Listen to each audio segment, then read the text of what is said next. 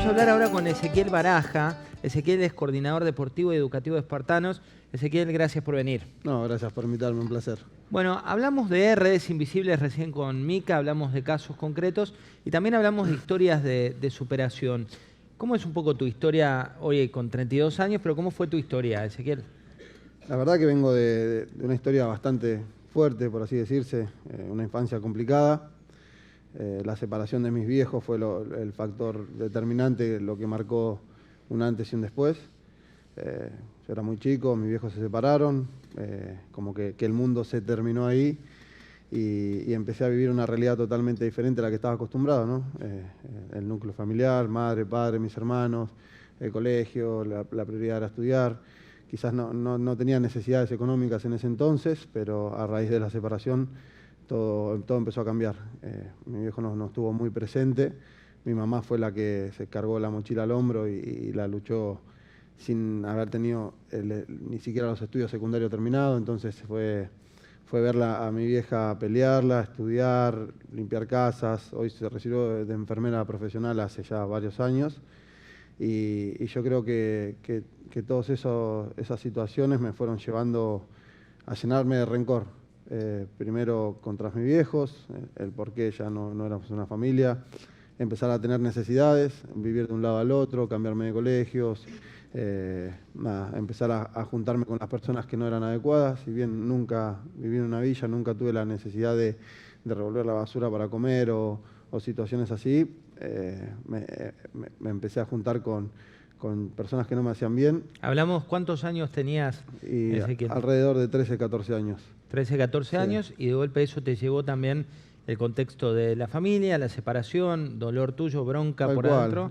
Yo jugaba al fútbol, mi pasión era el fútbol en ese entonces, mi sueño era ser jugador profesional de fútbol.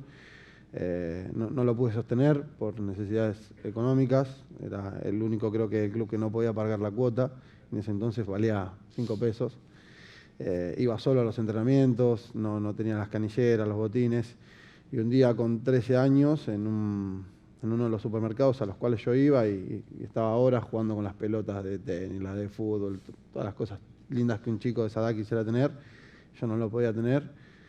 Me acuerdo que un día en el club me habían pedido vendas y canilleras para poder jugar, que es un requisito que se piden en los clubes para poder jugar como corresponde. Y la verdad que no lo tenía, mi viejo no me lo podían comprar.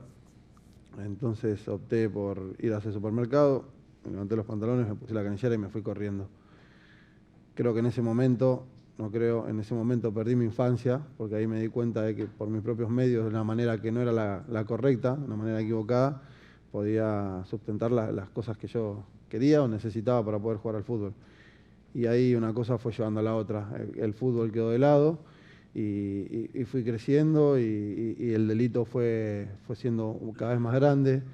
A los 16 años, en uno más de los robos que hacía, no tuve la mejor decisión que ir solo en bicicleta con un arma, entrar a una estación de servicio, y lo que me encontré al entrar fue un policía que, cumpliendo con su deber, efectuó 2 disparos, uno de ellos los tengo en el brazo todavía conmigo, y digo cumpliendo con su deber porque no me gusta victimizarme, el responsable fui yo, el que estaba equivocado era yo. Quedé tirado en el piso y en un baño de sangre me llevaron a una ambulancia, me metieron un yeso y me tiraron a una comisaría de menores, donde estuve 48 horas volando de fiebre, no tenía asistencia de ningún tipo, y de ahí fui a parar a un instituto de menores. Creo que en ese entonces, hoy no lo veo tan directamente con menores, yo si bien trabajo en la cárcel con adultos, creo que el Estado no estaba preparado para contener a un menor con esa situación tan violenta, porque llegué al instituto de menores y me dijeron, ¿qué quieres hacer? ¿Te quedás o te vas? Me voy. Dije, sí, creo que todos, la mayoría hacían lo mismo, entraban y salían y se iban y era volver a un círculo vicioso que no terminaba nunca. Y yo siempre digo ahí que ese fue el comienzo de la gran escuela delictiva. Uno cuando es chico, bueno, pasa por una situación que lo lleva a tal suceso como terminar en una comisaría de menores o en un instituto, donde ahí empezás a aprender y a prepararte para futuro vivir en una cárcel. Y fue así, me fui preparando, los delitos también fueron creciendo. A los 18 años, Bueno, me fugué de todos los institutos habidos y por haber de La Plata, pero hay una particularidad en la primer fuga del instituto, cuando la persona me dice qué quieres hacer, te quedás o te vas, y decidí irme, que tenía 16 años, ¿a dónde iba a ir? Yo no estaba acostumbrado a vivir en la calle, nunca había vivido en la calle, y me fui a mi casa. Y la verdad que cuando llegué a mi casa, toqué el timbre, vivíamos en un primer piso, en un departamento, en Villa Maipú, San Martín, yo vivo actualmente ahí, y la que me recibe es mi mamá, y en una crisis de llanto muy nerviosa, ella lo que optó por hacer fue levantar el teléfono y entregarme a la policía. Qué desesperación tan grande para una madre tomar esa decisión de entregar a un hijo a la policía. Y en ese momento, digamos, vos te enojabas con ella, digo. En ese momento me enojé y me preguntaba por qué. Después con el tiempo entendí el por qué. La desesperación de ella era muy grande. Siempre ella nos motivó y nos inculcó a hacer otra cosa. A veces yo lloraba a mi mamá y me decía en qué fallé. Y yo creo que no fue ella la que falló, sino no soy yo o el sistema, no sé. Hubo una falla en el medio, pero no creo que ella haya sido la culpable. Y bueno, ahí también me seguí llenando un poco de rencor. Era muy chico, fui creciendo dentro de la cárcel. De los 16 a los 18 prácticamente me la pasé fugado en los institutos menores, en conflicto con mi familia, fuera de mi casa, viviendo en otros lados. Y bueno, a los 18 años, como te digo, esta gran escuela delictiva me llevó a la cárcel. Creo que era lo que yo quería también, de alguna manera, de tanto rencor que cargaba. Sabía que en algún momento iba a llegar a eso. No pensé que era justo a los 18 años, pero ni bien cumplí 18 años, pisé una cárcel de máxima seguridad como mayor. Y la verdad que era totalmente diferente. Pensé que estaba preparado y no estaba preparado para vivir en la selva de cemento, como yo le digo, porque se vive una realidad totalmente diferente a la que uno está acostumbrado a vivir, ¿no? ¿Cuántos años estuviste preso? Tuve prácticamente 10 años siendo mayor. Tuve 2 condenas. Creo que las estadísticas de reincidencia en Argentina marcan que el que se va vuelve con un delito igual o peor al que había cometido. Y la verdad que fue mi caso. La primera vez fui condenado a 4 años por un delito menos grave. Estuve 3 años en libertad, salí con libertad condicional. Adentro no hice mucho por cambiar.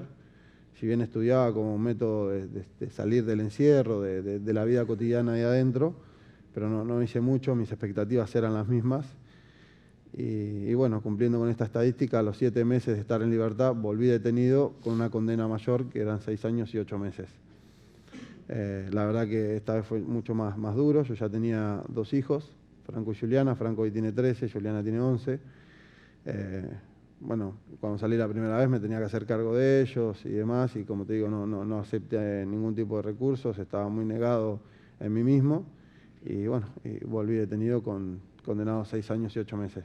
¿Y cuándo fue el punto de inflexión que dijiste, ya está, voy a cambiar?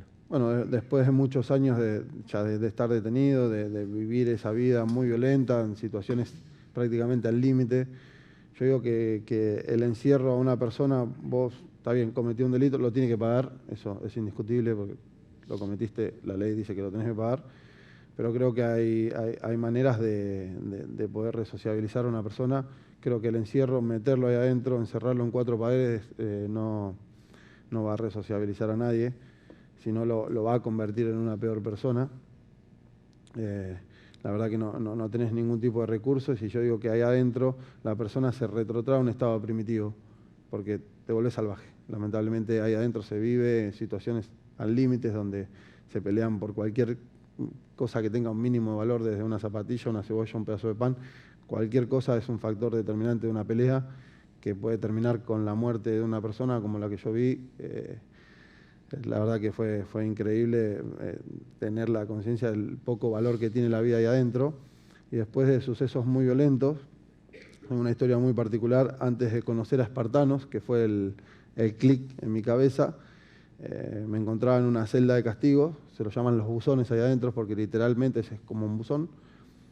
Y la verdad que con muy pocas expectativas, muy deprimido, estaba muy triste. Y mi compañía, la única compañía que tenía era un libro, así de gordo, 999 hojas. Era una novela, Lo que el viento se llevó. y creo que no se suelen leer novelas adentro de la cárcel porque es como decir, bueno, este es medio débil. Y como estaba solo en esa celda, dije, bueno, no tenías nada que hacer. Creo que en otro momento de mi vida no lo hubiese leído. Y en ese entonces abrí la página, abrí la hoja del libro, empecé a leer. La verdad que fue increíble. Fue también un antes y un después, fue una sensación tremenda, porque me sacó de esa situación, ese contexto de encierro, de una celda entre 4 paredes, solo, con frío, sin luz, y me trasladó a una realidad totalmente diferente, que era lo que se vivía en ese libro. Era increíble, todavía me acuerdo de los personajes, de la situación, se me sigue poniendo la piel de gallina porque era tremendo. Y la verdad que esa fue mi primera sensación de libertad. Qué importante, ¿no?, es la educación, la cultura, el leer. Y como te digo, fue mi primera sensación de libertad. Entonces ahí ya empecé a tener un punto de reflexión de decir qué es lo que quiero hacer el día de mañana cuando me toque salir en libertad. En algún momento voy a salir, todo lo que entra en algún momento va a salir y hay que ver de qué manera sale. Entonces ya empecé en un cambio en mi vida personal. Logré alojarme en un pabellón de estudiantes, donde comencé a terminar mis estudios secundarios. Prácticamente los terminé dentro de la cárcel. Empecé a tener muy buena relación con los profes, con todo el servicio penitenciario. Siempre traté de llevarme bien. Creo que uno al dar respeto recibe respeto. Entonces también traté de cortar con ese conflicto entre el preso, el interno, con el servicio penitenciario. No somos enemigos, sino convivimos en un mismo lugar. Entonces, nada, fui tratando de hacerlo diferente dentro de la cárcel. Fui bibliotecario dentro del penal, hacía mapas en braille para chicos no videntes, que eso también me dejó algo muy lindo.